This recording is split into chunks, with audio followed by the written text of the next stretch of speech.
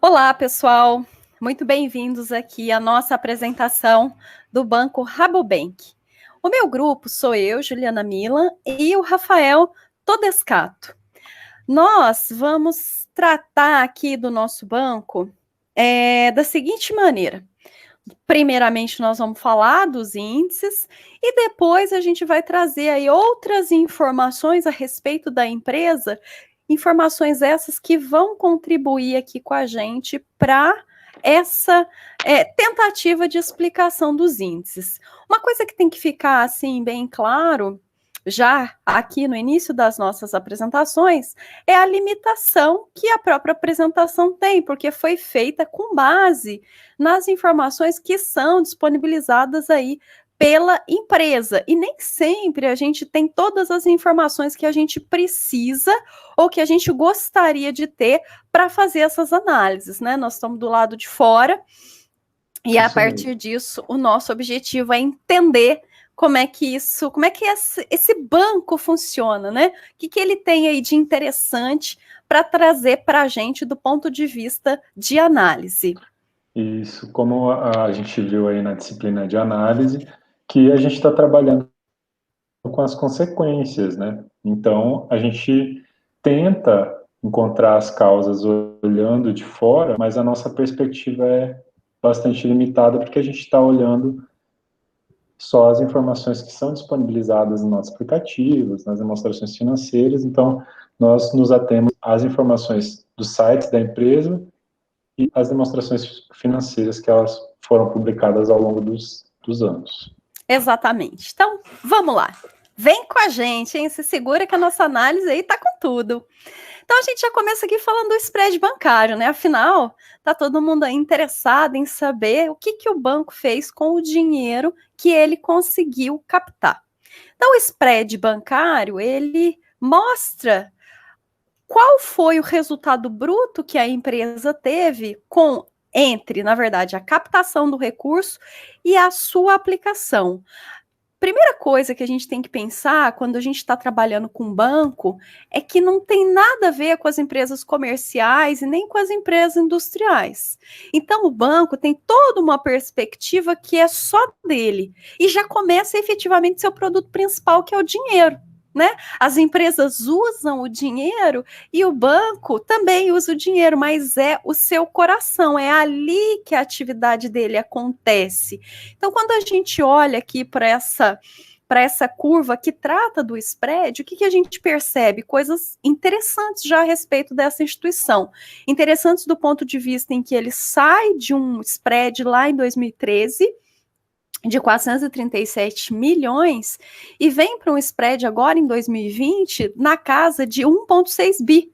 Então, é um crescimento aí bem interessante, e o que a gente percebe a partir disso é que essa curva tem uma tendência de alta, certo, Rafael? Isso, e quando a gente observa o spread médio, né, Juliana, a gente pegou lá de 2013 a 2019 para comparar esse resultado bruto no ano de 2020. Então, o que a gente observou é que essa média de 2013 a 2019 foi de 932 milhões. E aí a gente passou agora para 2020 para 1,6 bi, né? Então, o resultado, o desempenho desse ano, considerando esse resultado bruto, né, ele foi bem superior à sua média, porém, ele se mostra, como você bem disse, numa ascensão, né? O spread, ele tem se sustentado positivamente ao longo dos anos. Isso é uma coisa interessante, porque já mostra para a gente, já dá indícios aí de que o banco ganha dinheiro com a operação fim, né? Se já começa a dar errado aqui, você percebe que é necessário mudar de atividade, mas aqui já deu certo. Mas Muito bom. Que ele nasceu para fazer, ele faz bem feito, né? Tá fazendo bem feito nessa primeira análise. Ele está tendo sucesso aí. Mas de onde que vem o dinheiro desse banco, Rafael? De onde será que vem os recursos que ele está gerando esse spread? Aí é claro, né? Como todo bom curioso, né? Eu acho que o analista precisa ser bem curioso e ir atrás dessas informações. E foi isso que a gente fez. A gente percebeu que 80% da carteira desse banco, dos recursos que ele gera aquele spread, Vem de obrigações de repasse do exterior, carteiras de câmbio, obrigações por empréstimos e recursos e aceitos de emissão de títulos. Isso, quando a gente observa aqui esse detalhamento de onde vem o dinheiro do Rabobank, a gente pode observar que o que prepondera aqui são as obrigações por repasse do exterior, né? A gente pode ver que esse percentual, essa fatia, né, da origem dos recursos, ela, de certa forma, tem se mantido linear ao longo do tempo. Então, os 3 últimos anos compôs aí mais de 30% da origem dos recursos, e que, de certa forma, mostra que o banco ele segue uma coerência, né? Ele vai buscar esses recursos lá no exterior, e também ele busca recursos através das carteiras de câmbio, né? São as principais. Chama atenção, como você falou, que esses 4 elementos, né, essas 4 origens, elas representam 80% das origens do recurso do banco. Então, são muito significativas, e aí as variáveis, as questões que impactam nessas origens, elas vão refletir diretamente no desempenho do banco, né? Exatamente. Outra coisa que cabe ressaltar aqui, ainda nesse slide, é o seguinte, que esse banco, se capta recursos, né, de terceiros, de depósitos à vista, lá na boca do caixa, são poucos representativos, né? Então, ele tem outras fontes de recurso que não os depósitos à vista, como a gente vê aí nos bancos de varejo, como o Bradesco, como o Banco Itaú, enfim. Então, a gente já começa a perceber que ele não é um banco assim tão comum no nosso dia a dia, certo? Isso mesmo. Além disso, eles também trabalham com a captação através das letras de crédito imobiliário e do agronegócio, né, que vai de encontro aí à característica desse banco, e também busca recursos lá do Finame para financiamento agrícola, né? Então, são elementos que chamam bastante atenção para uma característica específica do Rabobank. Exatamente. E aí, o que mais, né? Outra coisa interessante é a captação que ele faz no exterior. Aliás, aqui já cabe, inclusive, a gente destacar que o principal acionista, ele é do exterior. Então, esse banco tem uma forte influência de moedas externas. Não que ele use moedas externas, né? Como aqui nas suas atividades, mas ele trabalha efetivamente com essas moedas. E é claro, qualquer alteração no dólar, principalmente, afeta fortemente seus negócios. Então, essa daqui é uma tabela para a gente verificar exatamente isso, né? O impacto que essa variação do dólar causou nas contas da empresa durante o ano de 2020. O dólar variou aí em média 24% durante o período, impactando efetivamente tanto nos empréstimos, né, nos recursos, quanto também nos ativos que ele possui em moeda estrangeira. Isso, a carteira de câmbio aqui, quando a gente olha essa variação, a gente observou um aumento no passivo de 201% da carteira de câmbio, e um aumento de 137% no ativo. Então, o que a gente percebe? O que o banco foi lá e captou recurso através de carteira de câmbio, um aumento de 201% nessa captação, porém, nas aplicações, a gente teve um aumento de 137%, né? Então, claro que podem ter várias explicações para isso, mas uma das alternativas que a gente está cogitando é a variação cambial, né? Que isso pode ter interferido aí no valor dos passivos e dos ativos no patrimônio da empresa, né? No patrimônio do Rabobank.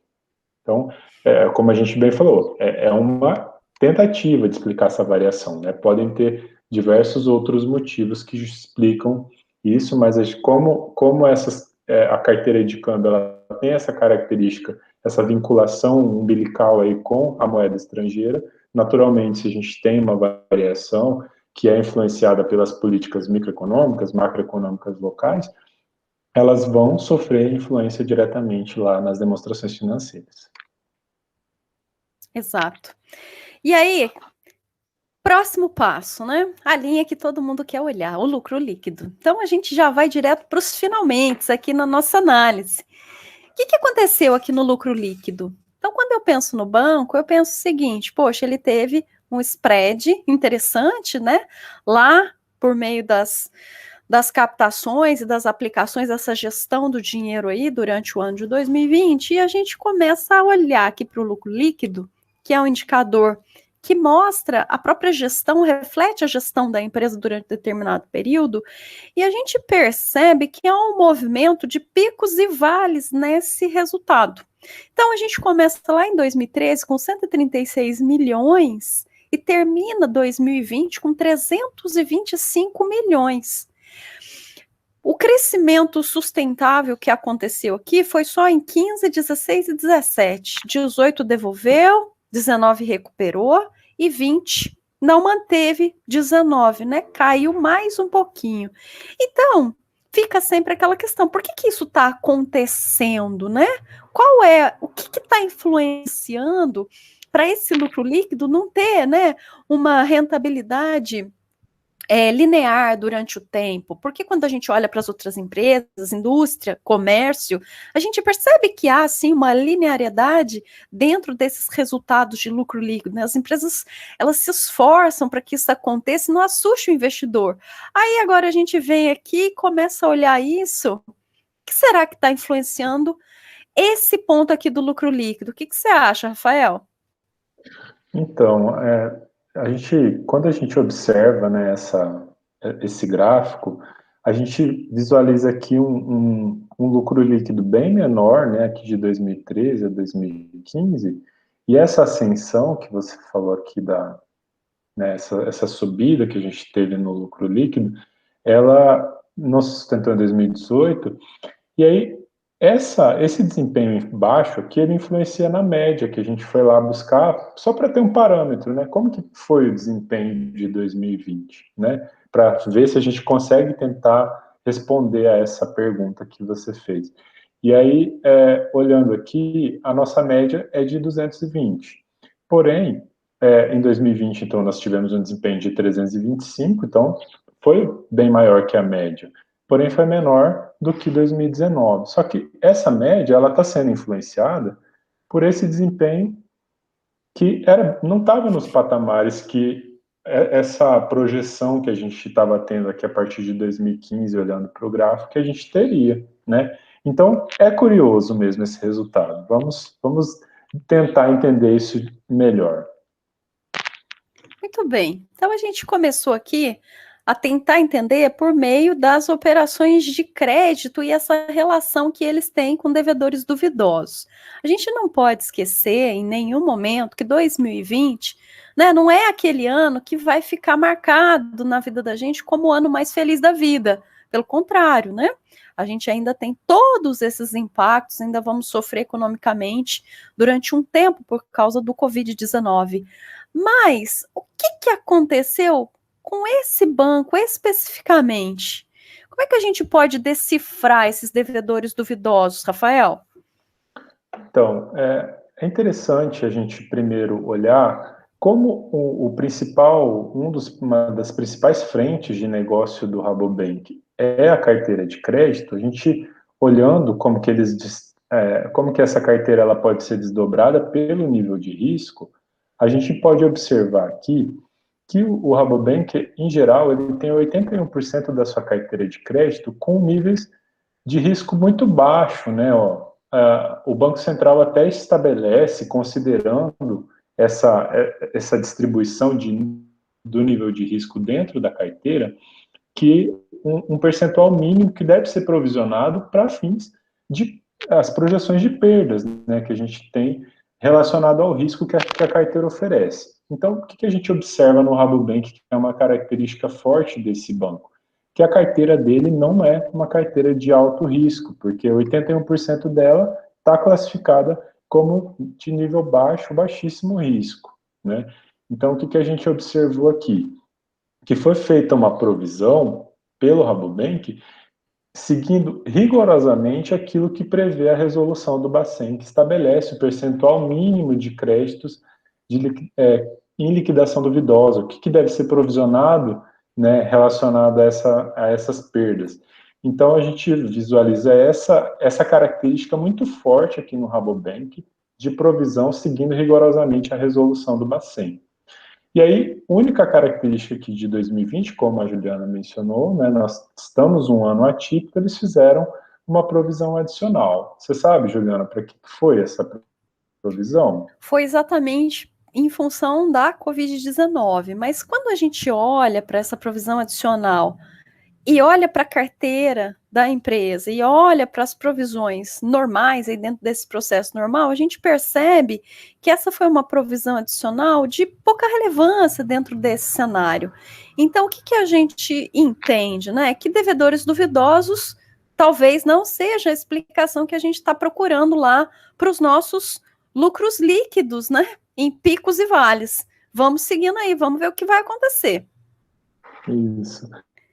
E aí, como essa discussão relacionada aos créditos de liquidação duvidosa é um ponto bastante sensível na análise dos bancos, a gente quis colocar uma lupa só para a gente ter essa tranquilidade para seguir na nossa análise, né? E aí, justamente porque chamou a atenção do banco seguir rigorosamente a resolução do Bacen para sua provisão, né? Fazendo claro esse adicional aí que a Juliana falou, que ele é um pouco significativo. A gente observou que foi lá, buscou desde 2014 até 2020 a evolução dos créditos de liquidação duvidosa, que obviamente guarda relação com o aumento da carteira de crédito do Rabobank, né? E além dessa provisão, desse aumento, a gente observou, tá, eu provisiono, eu faço essa previsão, né, essa estimativa do que eu não vou receber. Mas o que efetivamente se torna prejuízo? Aquilo que a empresa realmente não recebe, né? A gente foi estudar isso lá nos relatórios anteriores e a gente conseguiu evidenciar que há uma discrepância muito grande entre aquilo que o Rabobank provisiona para aquilo que ele efetivamente perde, né? E aí a gente também chama atenção aqui que ele vem fazendo isso pela obrigação normativa, obrigação legal do Banco Central de estabelecer esse nível de provisionamento. Mas o que efetivamente acontece de prejuízo, ele destoa bastante, né? Como ele é um banco que tem esse foco para o agronegócio, ele tem prejuízos menores, né? Dentro da sua atividade. Ele não evidencia essas perdas tão grandes como estabelecido na resolução do Bacen, né? Juliana, você quer Sim. fazer alguma consideração?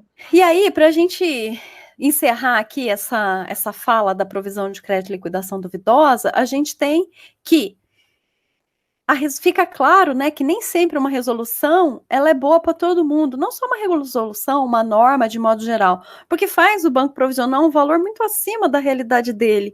E aí fica, né, provisiona, devolve, os investidores são afetados por isso nos períodos, né, em determinados períodos. E outra coisa relevante também aqui nesse processo é o seguinte, que nem tudo que é descarregado no resultado como perda se efetiva como perda. Por quê? Porque em algum momento o banco consegue fazer essa recuperação, porque esse empréstimo, financiamento, tem garantias. Então o banco vai, pega uma terra, leiloa, pega um trator, leiloa, e acaba recuperando de alguma forma uma parte desse crédito que teoricamente foi perdido. Então tudo isso contribui com o resultado, né? Isso, de forma positiva e não de forma tão negativa. Então, essa talvez não seja a resposta que a gente está procurando. Vamos lá? Vamos ver o que vai acontecer a seguir? Isso. Só para finalizar Sim. aqui, a questão dos 37% que a gente evidenciou, que efetivamente se concretiza do que foi provisionado, o banco perde, reconhece como prejuízo apenas 37% que se efetiva, né? E desse valor, como você bem disse, nem tudo que se perde se considera como prejuízo efetivamente é perdido.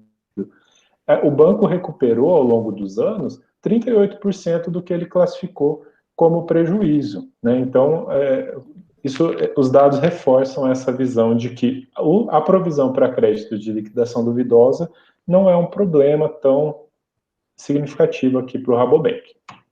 Exatamente. E aí a gente foi entender a relação que esse lucro tem com a receita líquida. E aí a gente percebe o seguinte, olha que coisa interessante, né, Rafael? A gente tem que o resultado de 17 foi de 2 bi, de 18, 4, ó, crescente. Aí em 19 deu uma queda, foi para 2,9 e agora em 28,5 bi. Então a gente percebe que o banco está num esforço aí, né, de aumentar as suas receitas, de participar mais, de fazer mais empréstimo, etc, etc, etc. Mas a gente não percebe que isso está performando lá no resultado final. A gente não percebe o reflexo disso lá no lucro líquido. Então, qual é, né? Qual será que é a explicação para essa problemática? Por que a empresa se esforça tanto e chega lá num resultado, numa receita líquida tão interessante, tão diferente dos outros momentos da empresa, num ano de pandemia, e fica com um resultado tão pífio perto de todo esse desempenho? O que você acha, Rafael? E aí, dentro desse cenário, olhando para tudo isso, o Rafael não vai me deixar mentir sozinho, hein? Nós vamos olhar para os custos, né? Nossa, eu tenho que olhar para os custos, porque os custos eles são relevantes em todas as atividades e principalmente nas atividades de prestação de serviço. Porque, primeiramente, a gente não tem estoque de nada. Então, incorreu resultado, não fica parado no estoque, que nem produtos acabados, esperando realização. E a nossa questão era entender se esse custo estava acompanhando as receitas. E aí o mais interessante de tudo isso é que a gente consegue perceber o seguinte, que os nossos custos, quando a gente olha para o gráfico, performa junto com a receita, acompanha. Mas aí você vai olhar para o número, né, Rafael? Não é bem isso que acontece. Exatamente, Juliana. E aqui chama essa questão relacionada ao custo de captação, ele deixa a gente bastante intrigado, porque quando você pensa em uma empresa que está expandindo as suas vendas, né, expandindo a sua aplicação de recurso, aqui no caso dos bancos, a gente imagina que o lucro, né, aquilo que a gente viu aqui, que ele vai ser maior. Só que nesse caso ele não foi, né? Então, realmente essa questão do custo de captação de recurso, ele chama muita atenção. O que a gente observou aqui, olhando para o histórico dessa empresa, é que em 2017 a empresa ela teve um custo de 49% dessa captação relacionado à sua aplicação, né? Ele consumiu 49% da sua receita. Já aqui em 2018, 74%. E aí, Juliana, me explica, o que será que aconteceu aqui em 2020? Olha, 2020 está um desastre, poxa vida.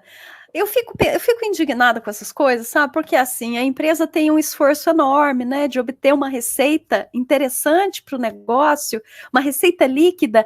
Aí vem o tal do custo e come no 81%. O que sobra lá para baixo? O que sobra para as despesas, para os outros gastos e para o dividendo? 19%. E aí eu fico pensando, o que tem dentro desse custo, né, que ganhou toda essa participação. E aí a gente chega nas operações de empréstimos e financiamentos, que vai explicar aí uma parte desse aumento desse custo, dessa participação. Então vamos lá ver o que tem lá de interessante, né? Em operações de crédito. Então, antes da gente chegar lá, só para deixar aqui bem claro, né, as empresas, muitas vezes, nos seus relatórios de administração, contam histórias bonitas e deixam as mais feias para depois, ou às vezes nem conta essa história, né?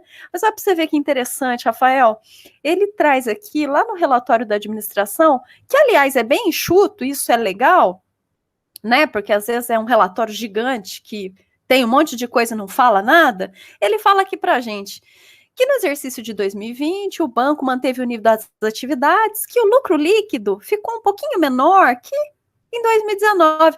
Pô, mas não falou da receita? Ele deixou o elefante passar embora e falou só que teve uma queda no lucro, mas e a diferença das receitas de um período para o outro? E então, aí e é fica curioso, sempre né, essa questão.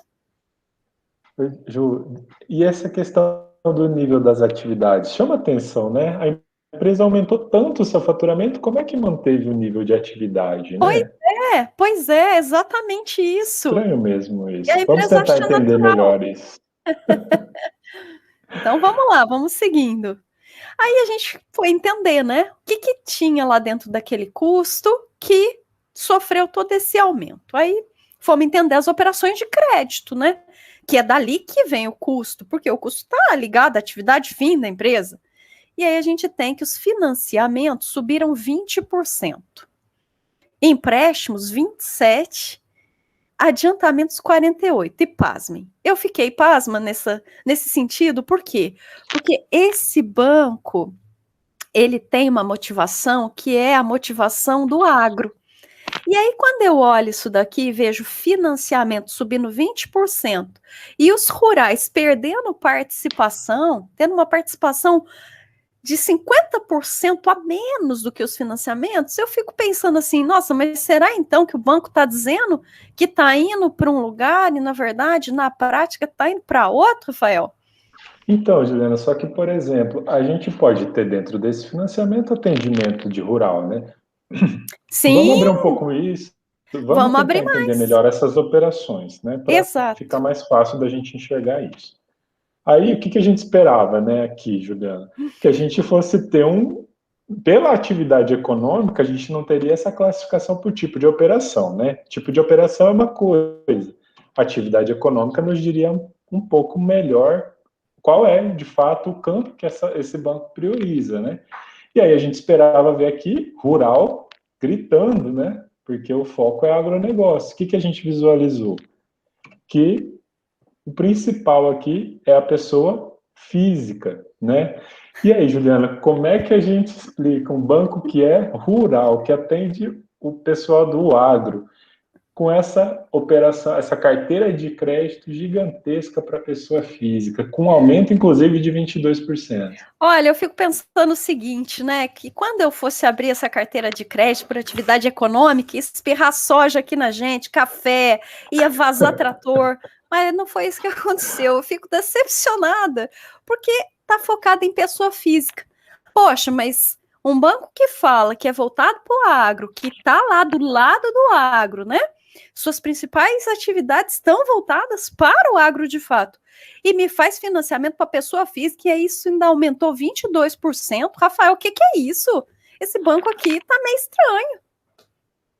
Então, Juliana, mas uma coisa que pode explicar, ajudar a gente a explicar isso, talvez seja que alguns produtores rurais, ou eles não se transformaram em pessoa jurídica, e aí não tem lá o CNAE de atividade rural, mas eles são grandes produtores, ou eles se juntam em condomínios rurais para melhorar a sua produtividade, mas eles não mudam a sua natureza. Talvez essa possa ser uma explicação, mas assim, o banco precisaria nos dar mais detalhes disso. E a gente não visualizou isso nas notas explicativas e tampouco em relatórios, né, Vamos lá ver o complementares da que que empresa. fala essas notas explicativas que estavam lá. Ele fala que a pessoa física que fez financiamento, e aí esses créditos foram concedidos para exportação. Faz todo sentido o que você falou. Podem ser produtores rurais, né, pequenos, enfim, sei lá, ou até grandes mesmo, né? A gente que é aí da região que tem muito produtor rural, acontece direto, às vezes não transformou em Sim. empresa por uma série de motivos, e Aqui aí é bem acaba comum. pegando na pessoa física. No sul de Minas também, ainda hoje é bem comum esse tipo de situação. Então, isso não tem muito destaque lá na atividade, por isso que leva a gente, enquanto analista, a ter essa estranheza com relação à decomposição, né, da própria atividade da empresa. Da Mas carteira. aparentemente está tudo correto. O que que vem agora? Isso.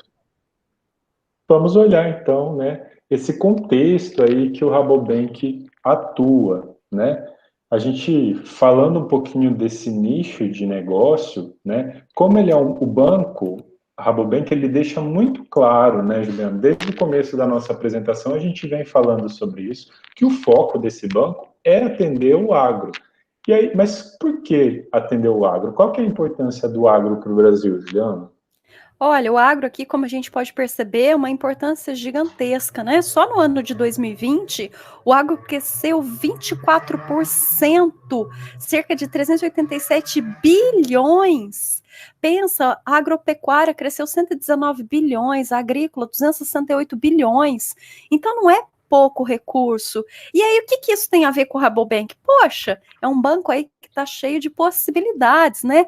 E aí a gente começa a pensar em todas essas possibilidades, que pode ser com soja, com carne bovina. Olha a grandiosidade que é, né, essa nossa seleção agro, e o Brasil tá para ser aí, né, daqui a pouquinho, 2025, o maior produtor de alimentos do mundo. Isso. Pensa nas possibilidades de negócio, né, que o Rabobank vai ter a partir de agora. Esse é um posicionamento bastante estratégico do Rabobank, a gente imagina isso, né, enquanto analista, porque o Brasil ele se desponta, né, mundialmente como um dos grandes produtores mundiais de alimentos, né, e a própria FAO reconhece isso no Brasil, e o Brasil tem muito potencial de expansão ainda da sua atividade relacionado à produção de alimentos. Então, deixa a impressão para nós, enquanto analistas externos, de que o Rabobank, estrategicamente, está de olho nesse potencial do Brasil enquanto grande produtor, que nós já somos uma grande potência, mas a gente ainda tem um potencial de crescimento muito grande. Então, a gente fica com a impressão de que o Rabobank está marcando território aqui, porque, olha, pretender ampliar o meu mercado aqui no Brasil, preciso me estabelecer aqui, porque hoje já é muito grande, mas tem um potencial de longo prazo muito positivo, né? Muito Exato. rentável, A gente provavelmente. percebe que há um bom futuro para o Rabobank se ele continuar aí nessas atividades. E isso, esse mapa aqui é justamente para mostrar para a gente que o Rabobank, você não encontra ele em qualquer esquina, né? Em qualquer cidade, mesmo nas cidades grandes. Por quê? Porque o objetivo dele é o agro, então ele está onde o agro está, né? Onde tem café, tem Rabobank, onde tem soja, tem Rabobank. E aí é isso, é assim que ele espalha as suas 17 agências no Brasil. E claro, né? Agora a gente vai entrar aqui efetivamente na rentabilidade. A gente já falou do lucro, já tentou explicar o resultado, já olhou para a receita, já falou dos custos, tudo isso na tentativa de tentar entender o quanto esse banco traz de rentabilidade para os seus investidores, porque no fundo é isso que eles querem saber, né, Rafael? E aí a gente olha esse Exato. retorno médio dos ativos e a gente fica com esse número final, 0,82. Assim como o lucro líquido, né, que aliás é uma das composições desse gráfico, a gente percebe esses picos e vales, né? É nítido, é claro. Como é que eu vou saber se essa rentabilidade de 0,82 é uma rentabilidade satisfatória? Se isso está dentro do mercado financeiro dos bancos?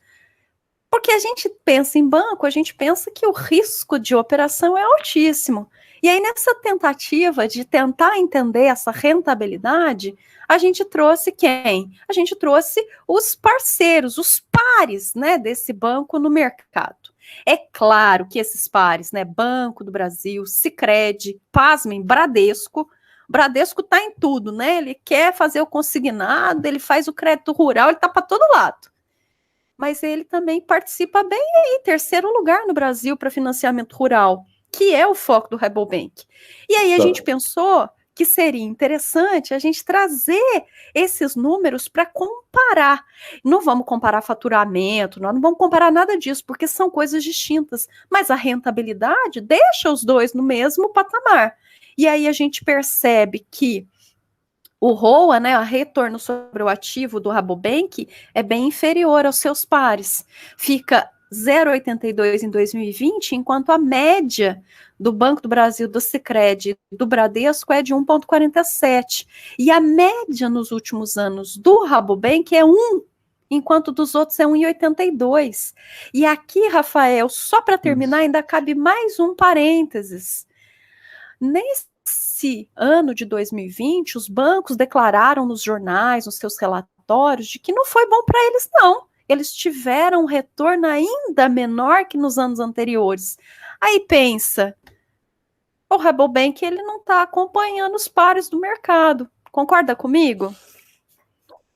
E a gente observa também, Juliana, que em 2020, assim como os pares tiveram uma rentabilidade menor, como você destacou, a média também ela é menor, né? Então, mesmo considerando que o Sicredi, por exemplo, tem uma característica muito diferente dos bancos múltiplos, né, ou dos bancos comerciais, mas é um parâmetro interessante para a gente entender pelo foco do Rabobank, né? Então, eu achei que ficou para a gente saber aonde que o Rabobank está, né? Como que a gente julga essa questão de rentabilidade?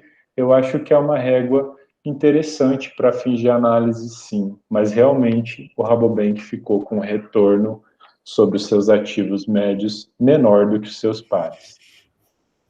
E aí, Exato. Juliana, nessa mesma linha, né, de analisar a rentabilidade, a gente também foi entender o retorno sobre o patrimônio líquido médio, né, o nosso conhecido ROI, que necessariamente mostra a remuneração que os investidores estão tendo, que estão recebendo, por aportar capital nesse banco, né?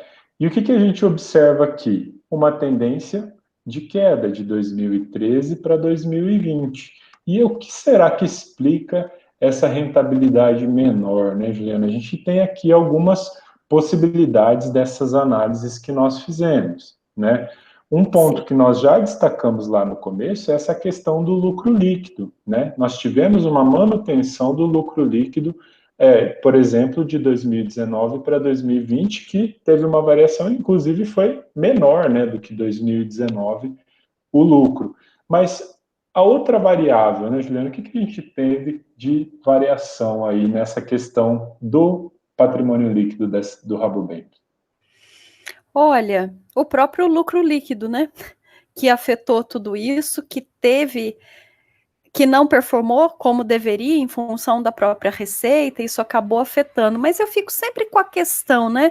Eu olho para esse número, 8,4%, e eu fico pensando, será que isso é bom? Será que isso é ruim? O que acontece no cenário dos bancos? E aí, mais uma vez, eu acho sempre que vale a pena a gente criar essas relações de comparatividade. Então, como é que foram os parceiros, né? Como é que foram os pares desse banco no período de 2020, com relação ao ROI? Isso, e dentro dessa linha, só para fechar esse gráfico, uma variável que é fundamental a gente olhar aqui para entender esse 8,4 é a questão da composição do patrimônio líquido, que o Rabobank em 2020 teve um aumento de 20% no seu patrimônio líquido.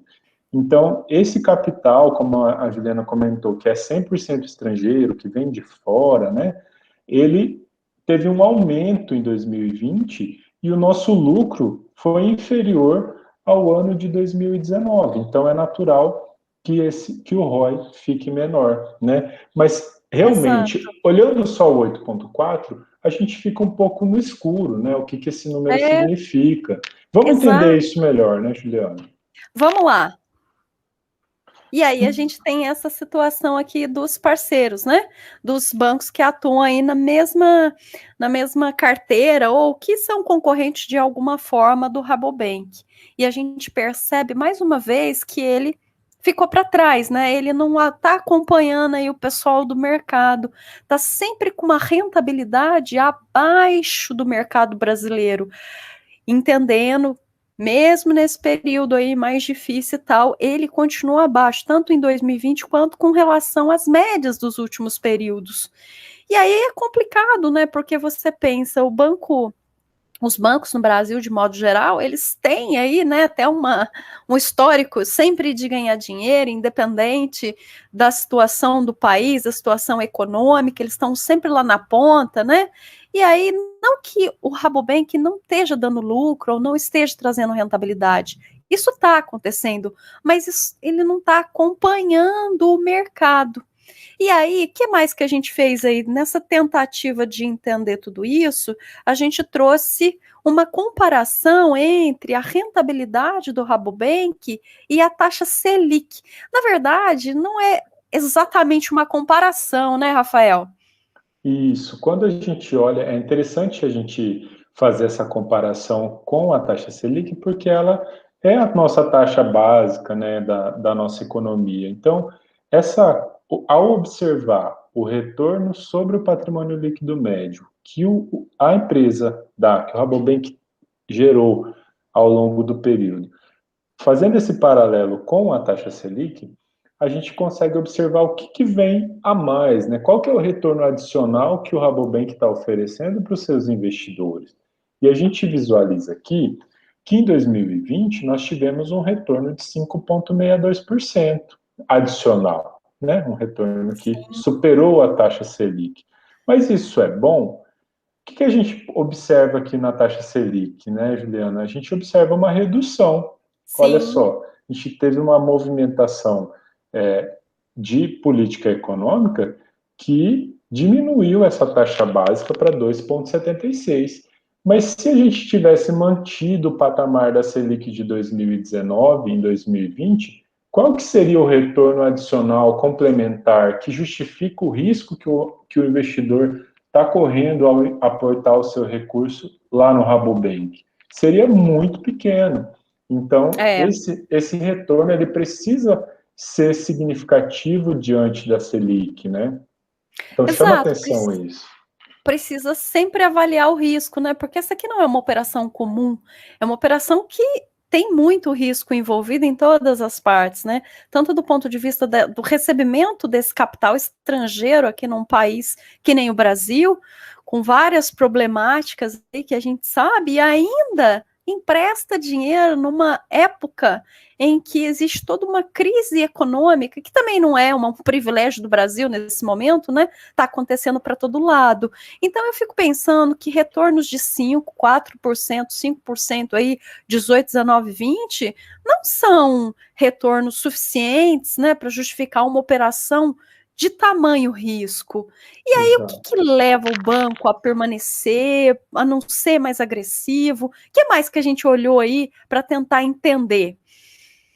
A gente partiu, é claro, todas essas nossas análises com base nesses relatórios, né, da auditoria, a gente não tem ressalva, essa empresa não tem ressalva, não tem ênfase, não tem nenhum problema, tá tudo certinho. O modelo que a gente está trabalhando é o modelo do Banco Central, né? O Banco Central, claro, não adota todas as normas internacionais, porque não faz sentido. Pensa, vai adotar o CPC 16 do estoque? Não tem nada a ver com a atividade financeira dos bancos. Então, ele Isso. tem o pacote específico, e aqui a gente achou interessante também compartilhar com vocês que em 12 de agosto do ano passado, Rafael, o Banco Central emitiu aí uma resolução para fazer aí, propor uma simplificação na apresentação das contas. E aí a gente até discutiu sobre isso, né? Que isso pode trazer, na verdade, para a gente, analista, uma dificuldade ainda maior, porque quando simplifica, consolida as contas, e aí a gente não consegue identificar muitas mutações das contas aí ao longo dos períodos. Concorda comigo? Concordo e chama também a nossa atenção para fins de análise, porque aquilo que a gente tinha de indicadores seguindo a lógica das contas até as demonstrações ali de 2019 vinham em um formato, né? E a partir daí a gente teve algumas Exato. mudanças. Então, para a nossa análise, isso pode simplificar por consolidar algumas contas, mas também pode trazer complexidade por outro lado. Sim. E aí a gente só trouxe aqui o que o Rabobank apresentou nessa consolidação, nessa simplificação, só para a gente ter uma ideia. Mas isso não vai afetar lucro, não vai afetar nenhum índice da empresa, tá? E aí, uma coisa que a gente também achou super interessante, que pode ajudar a explicar o comportamento desse banco, a sua própria rentabilidade, é a cultura organizacional. Esse é um banco que foi fundado na Holanda já há muito tempo atrás, e é um banco que nasceu de cooperativas.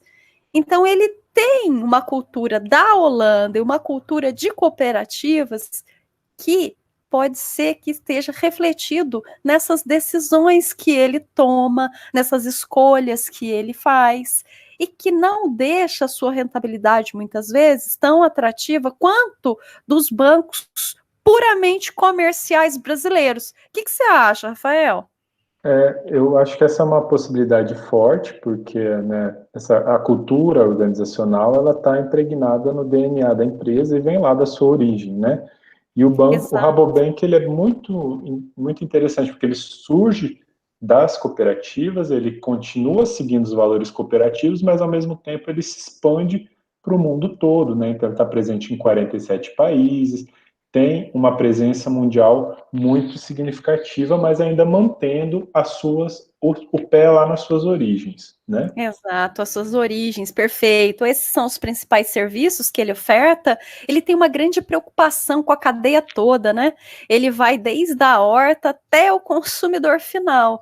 Então, ele está preocupado com todos os elos dessa cadeia, desde o insumo que vai para o campo, até a colheita, o beneficiamento, até que esse produto chegue onde ele tem que chegar, seja no Brasil, seja fora do Brasil. Para isso, ele oferece crédito, consultoria e tudo aquilo que for necessário, estrutura financeira, né, ajuda os produtores em todos os sentidos.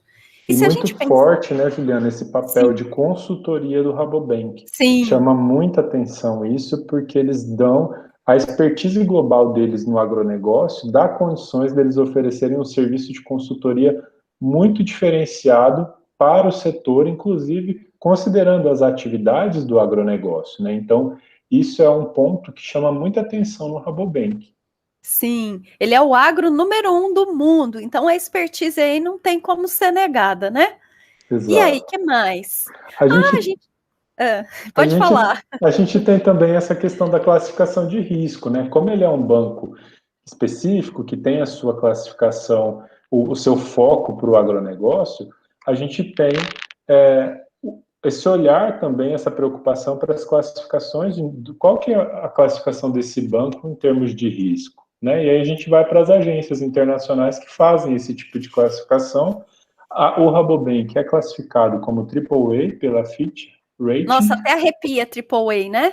Triple A, então é Até arrepia. considerado um banco muito seguro, né, em termos de Exato. liquidez. É um banco que está nos tops aí relacionados à segurança em termos de risco. Claro, considerando todas as questões relacionadas a essas classificações que a gente já viu no passado, porém é sim um selo que dá aí credibilidade para o banco.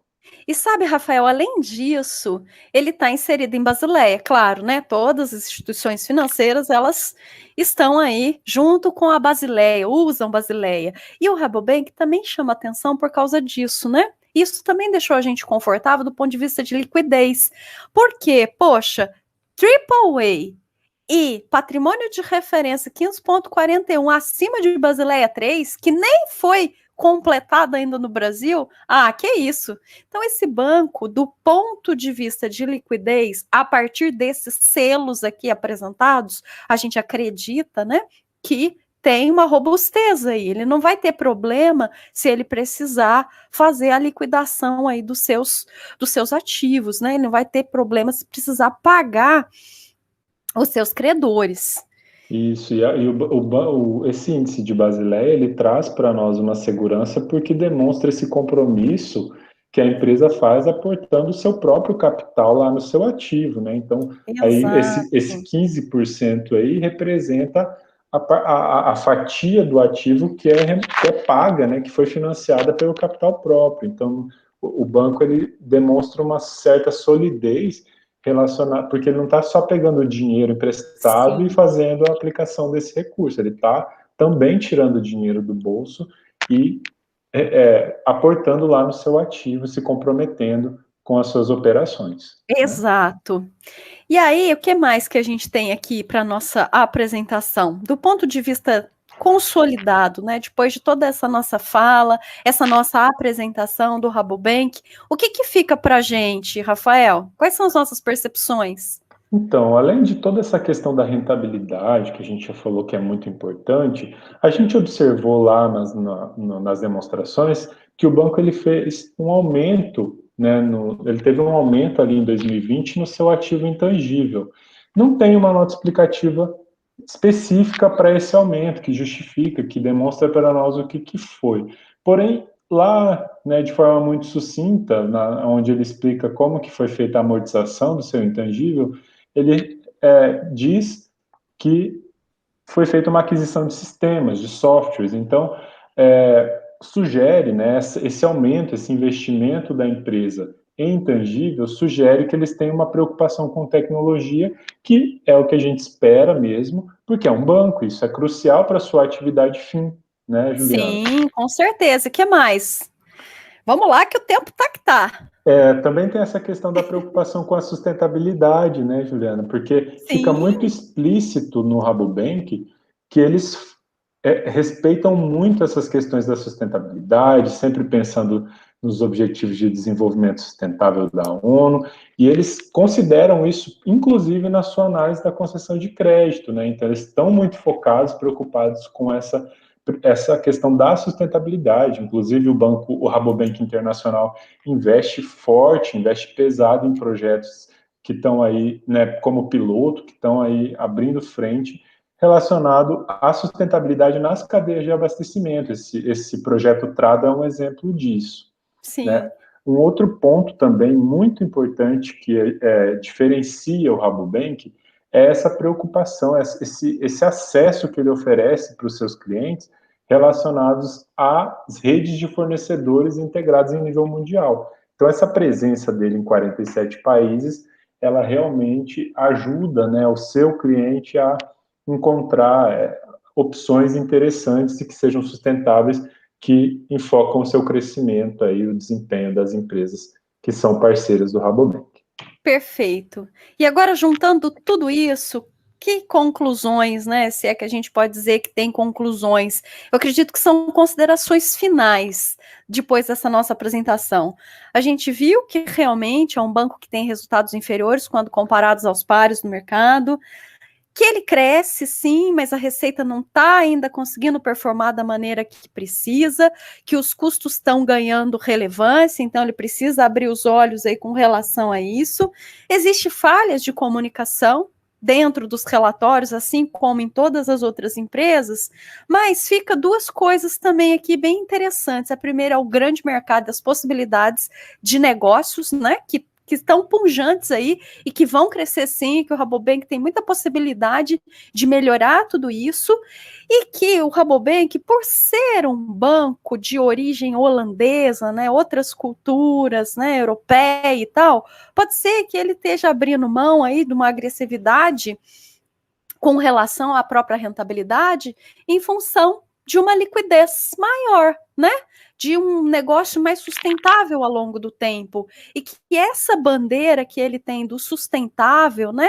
Dessa preocupação não só com o campo, mas com a sociedade de modo geral que está envolvida com isso, e todas essas perspectivas fazem com que os custos sejam maiores que nas outras instituições, isso acaba impactando no próprio resultado. Mas em função dessa cultura organizacional, né, dessa perspectiva que eles têm, isso pode ser justificado.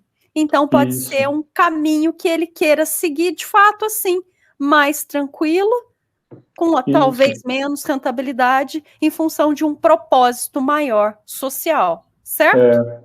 E para os investidores, né, Juliana, como a gente já ressaltou na apresentação, como a maioria deles são investidores de fora, né, são externos Sim, do Brasil, eles têm essa preocupação com a sustentabilidade. Então, o Rabobank, ele deixa bastante evidente nas comunicações, apesar dele ter que melhorar a comunicação com o mercado de modo geral, de que ele tem essa preocupação com o longo prazo. Então, ele não está preocupado com os números agora do próximo trimestre, mas sim estabelecer relações de parceria de longo prazo. Então, o investidor que quer fazer investimentos que visam lucros de longo prazo, o Rabobank é uma opção a ser exato, considerada. exato. E se você não tem tanta fome de rentabilidade, está mais preocupado com propósito, o Rabobank aí é uma boa opção para esse tipo de investidor, certo, Rafael? Isso. Então, é isso que a gente preparou para vocês, pessoal. A gente Exato. agradece a atenção e até a próxima. Muito obrigado, pessoal. Valeu aí pela atenção. Tchau, Rafael, tchau. obrigado, até mais. Obrigado.